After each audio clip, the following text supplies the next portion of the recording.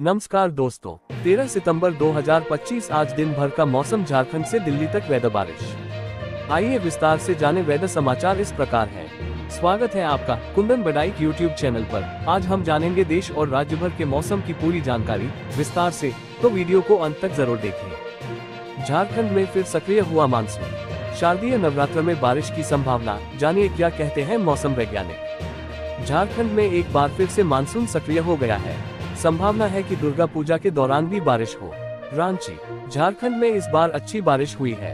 रांची मौसम केंद्र से जारी आंकड़ों के अनुसार 1 जून से 12 सितंबर तक झारखंड में 1073.6 mm बारिश हुई है, जो इस दौरान होने वाले सामान्य वर्षापात 899.6 mm से 19% ज्यादा है। जबकि झारखंड में सितंबर महीने में अभी तक सामान्य से 38% कम बारिश हुई है और 1 सितंबर से 12 सितंबर तक होने वाले वर्षापात 100.8 mm की तुलना में 62.7 mm बारिश की हुई है। 11 सितंबर से फिर सक्रिय हुआ मानसून। SC मंडल। ETV भारत से खास बातचीत में वरिष्ठ मौसम पूर्वानुमान वैज्ञानिक SC मंडल ने बताया कि झारखंड में 11 सितंबर से एक बार फिर मानसून सक्रिय हो गया है। में 15 से 17 सितंबर तक तेज बारिश का अलर्ट जारी किया गया है। मौसम विभाग का कहना है कि बंगाल की खाड़ी में सक्रिय हुआ लो प्रेशर एरिया अब झारखंड के मौसम को प्रभावित कर रहा है। इसी के चलते बारिश होगी। सबसे ज्यादा असर उत्तर और पश्चिमी जिलों में देखने को मिलेगा। 15 सितंबर को बोकारो, गिरिडीह, धनबाद, देवघर और दुमका सहित कई जिलों में बारिश के साथ बिजली गिरने की आशंका है। इधर बात करें तो बीते 24 घंटे की तो सबसे ज्यादा 86.2 मिलीमीटर बारिश गोड्डा में दर्ज की गई है। फिलहाल राजधानी रांची में 18 सितंबर तक बादल छाए रहेंगे और हल्की बारिश की संभावना बनी रहेगी। दोस्तों, पूरे देश का खबर मानसून का वीडियो में देखते हैं। हिमाचल प्रदेश के बिलासपुर में शुक्रवार देर रात बादल फटा, जिससे कई गाड़ियां मलबे में दब गईं। कई घरों को भी नुकसान पहुंचा। वहीं मंडी में शनिवार सुबह 4 बजे लैंडस्लाइड हुई, जिसके बाद 8 घरों को खाली कराया गया। प्रदेश में बारिश और बाढ़ से मरने वालों का आंकड़ा 386 तक पहुंच गया है। राज्य में इसी सीजन में सामान्य से 43% ज्यादा बारिश हो चुकी है। उधर उत्तर प्रदेश के उन्नाव में गंगा का जलस्तर खतरे के निशान से 23 सेंटीमीटर ऊपर है। यहाँ 80 गांव बाढ़ की चपेट में और 100 से ज्यादा परिवार बेघर हो गए। फर्रुखाबाद में गंगा के किनारों का कटाव तेज हो गया। इस साल दक्षिण पश्चिम मानसून की वापसी 15 सितंबर के आसपास पश्चिमी राजस्थान से शुरू हो सकती है। आमतौर पर मानसून 17 सितंबर के आसपास उत्तर पश्चिम भारत से लौटना शुरू करता है और 15 अक्टूबर तक पूरी तरह लौट जाता है। इस साल मानसून ने 24 मई को केरल में दस्तक दी थी, जो 2009 के बाद सबसे जल्द 8 दिन पहले। इसके बाद ये पूरे देश में 9 दिन पहले यानी 29 जून तक फैल गया। अमूमन ये 8 जुलाई तक पूरे देश को कवर करता है। घग्गर नदी और घग्गर ड्रेन का अब तक फसलों को ही नुकसान हो रहा था, लेकिन अब जो ड्रेन है उसका जो गंदा पानी गाँव में गया है और गलियों में भी अभी भी खड़ा हुआ है, उसकी निकासी नहीं हो पाई है। नाथुश्री एरिया के ऐसे चोपटा के कुछ ऐसे गांव हैं जहां पर ऐसे हालात है, जहां पर स्कूल और जो गांव की गलियां वहां भी पानी खड़ा है और स्कूल भी नहीं लग पा रही। ऐसे में बच्चों की क्लासें दूसरी जगह लगानी पड़ रही है। लेकिन इस गंदे पानी के कारण जो लोगों में बीमारियां आई है, मच्छर जनित और डेंगू, मलेरिया और एलर्जी जैसी, इस वजह से सभी ग्रामीण परेशान है। ग्रामीणों ने प्रशासन से मेडिकल कैंप लगाने और पानी निकासी करवाने की मांग की है।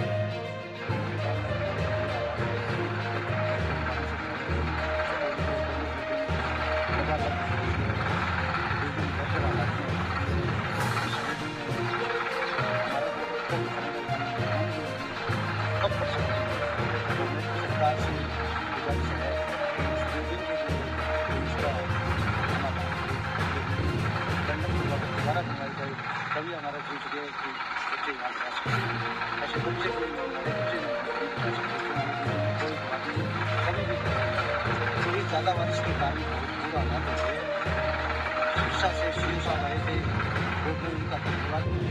सिरसा जिले में जो घग्गर ड्रेन है वो एक तरफ तो खेतों में जो खड़ी फसल है उनको नुकसान पहुंचा रही है, दूसरी तरफ जो उसका पानी है वो गाँव में चला गया घरों तक भी, और जो पानी है वो काफ़ी बदबू आ रही है उसमें और मच्छर जनित बीमारियां भी हो गई है। गांव में कुछ नाथुश्री एरिया में जो गुजरती जिस गांव से जहां टूटी थी उन गांवों में काफी जल भरा हुआ है और गांव के चारों रास्ते वो भी बंद हो चुके हैं, सड़कों पर पानी है। लेकिन हालात ये है कि गांव में जो ग्रामीण है जिस पानी से गुजरते हैं तो उसके कारण उनको एलर्जी तरह की काफी दिक्कत हो गई है हाथ पाँव पर। और इसके अलावा जो पशु है उनमें भी उसके कारण जो बीमारी आ गई है, पशुओं ने चरना छोड़ दिया है।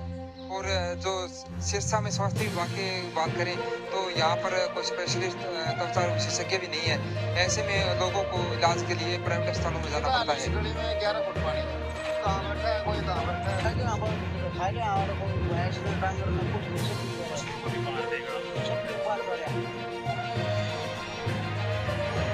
ये हरियाणा के भिवानी जिले का गांव सागवान है। 12,000 की आबादी वाले इस गांव का पूरा इलाका जलमग्न हो चुका है। सड़कें दरिया बन गई हैं, घर पानी में डूब चुके हैं। हालात ऐसे हैं कि लोगों को आवाजाही के लिए अब नाव का इस्तेमाल करना पड़ रहा है। ये गांव 1.5 महीने से बाढ़ की मार झेल रहा है। ऐसे में हालात का जायजा लेने के लिए और प्रशासन ने यहाँ जलभराव को देखते हुए नाव भी भेज रखी है। फिलहाल हम गांव सागवान के दृश्य को देख रहे हैं। घरों में काफी ऊंचाई तक पानी भरा हुआ है।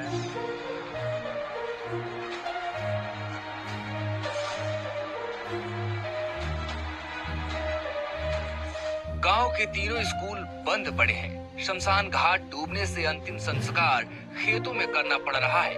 यहाँ के लोग बताते हैं कि बाढ़ की वजह से करीब 1,000 घर खाली हो चुके हैं। कुछ लोग अपने घरों की रखवाली के लिए रुके हैं और बाकी अपने रिश्तेदारों के यहाँ चले गए।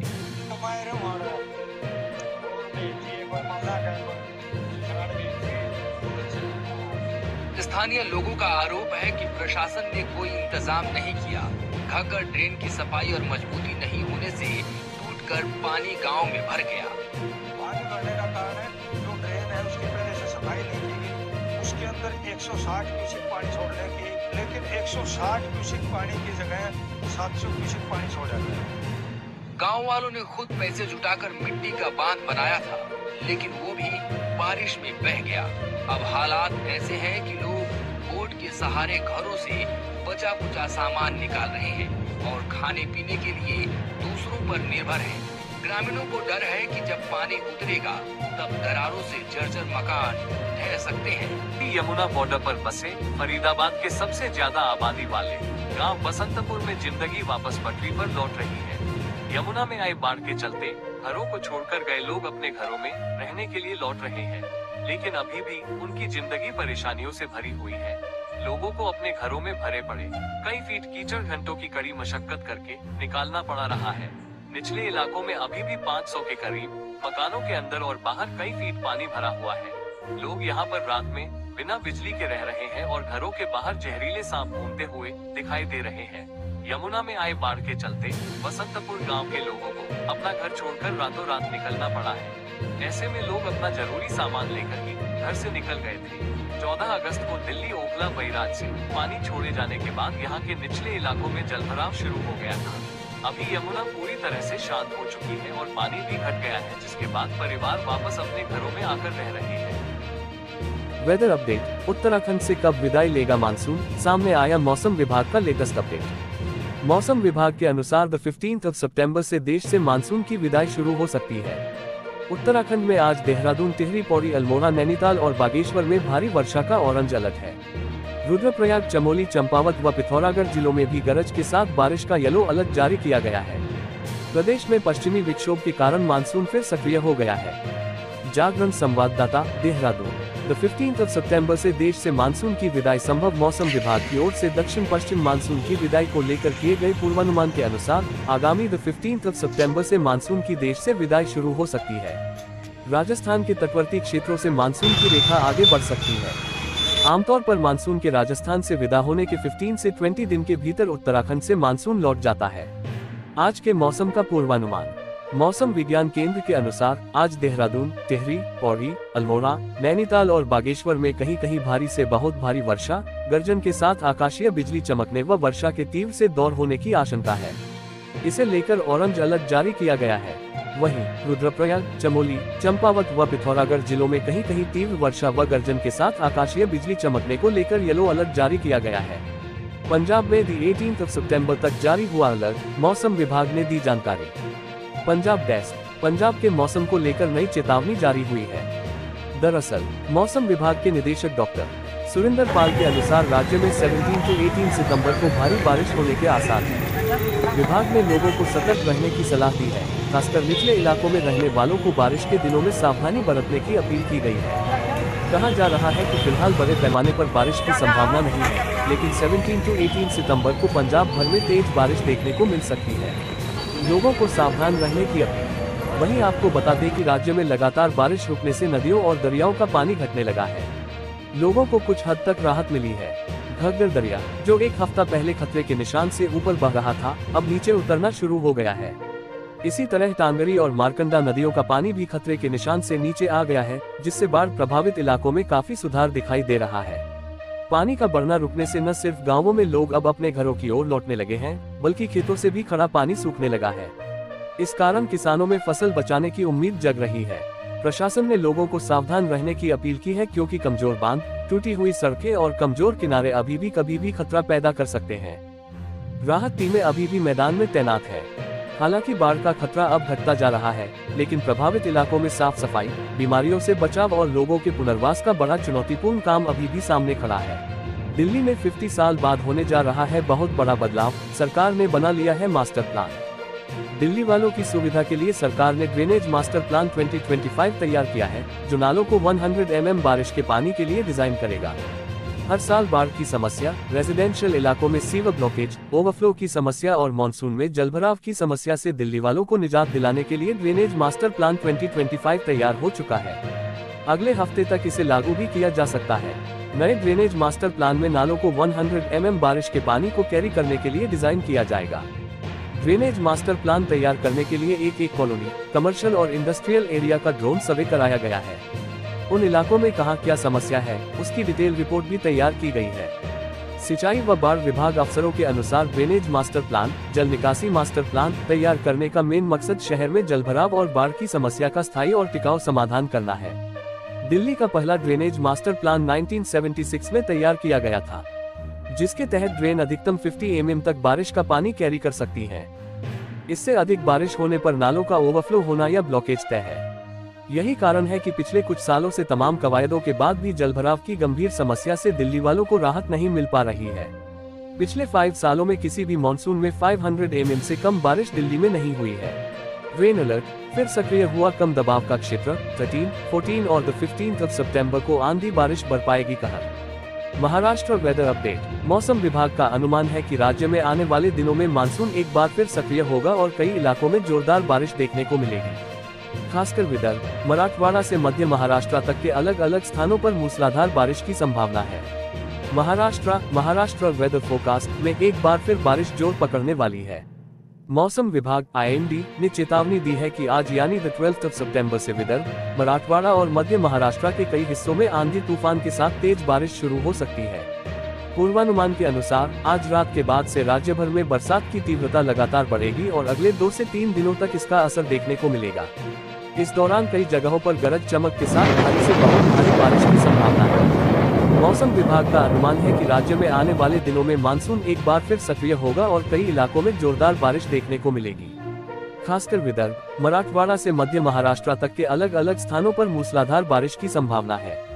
IMD ने शनिवार से सोमवार के बीच कोंकण और मराठवाड़ा के कुछ जिलों में मूसलाधार बारिश की संभावना जताते हुए ऑरेंज अलर्ट भी जारी किया है। दोस्तों, ये रहा आज दिन भर का मौसम का पूरा हाल।